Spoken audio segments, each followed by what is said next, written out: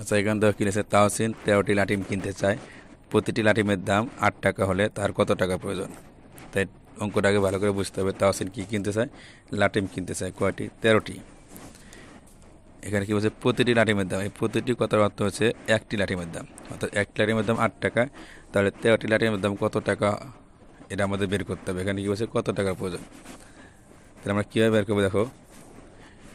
যদি আমরা যোগের মাধ্যমে বের করি তাহলে কিন্তু আমাদের যে একটা লাঠির মধ্যে 8 টাকা, তাহলে আমাদের 13 বার 8 লিখতে হবে। অর্থাৎ 8 যোগ 8 যোগ 8 এভাবে লিখতে হবে। কিন্তু আমরা এভাবে করবো না। আমরা কী করবো? সংক্ষিপ্তভাবে করব। আমরা কি বলছি? যোগের সংক্ষিপ্ত নিয়মকে কী বলে?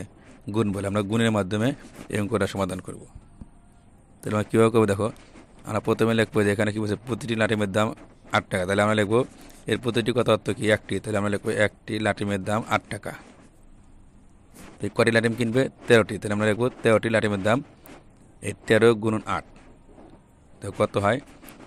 তাহলে ওই 8 3 গুণ করে কত হয়? 3 8 24, 24 কত 4, হাত দিয়ে কত 2, 8 গুণ করে কত হয়? 8 1 8, 8 দিয়ে কত 10। তাহলে কত হবে? 100, অর্থাৎ 104 টাকা প্রয়োজন। তাই আমরা লিখবো তাহসিনের 104 টাকার প্রয়োজন।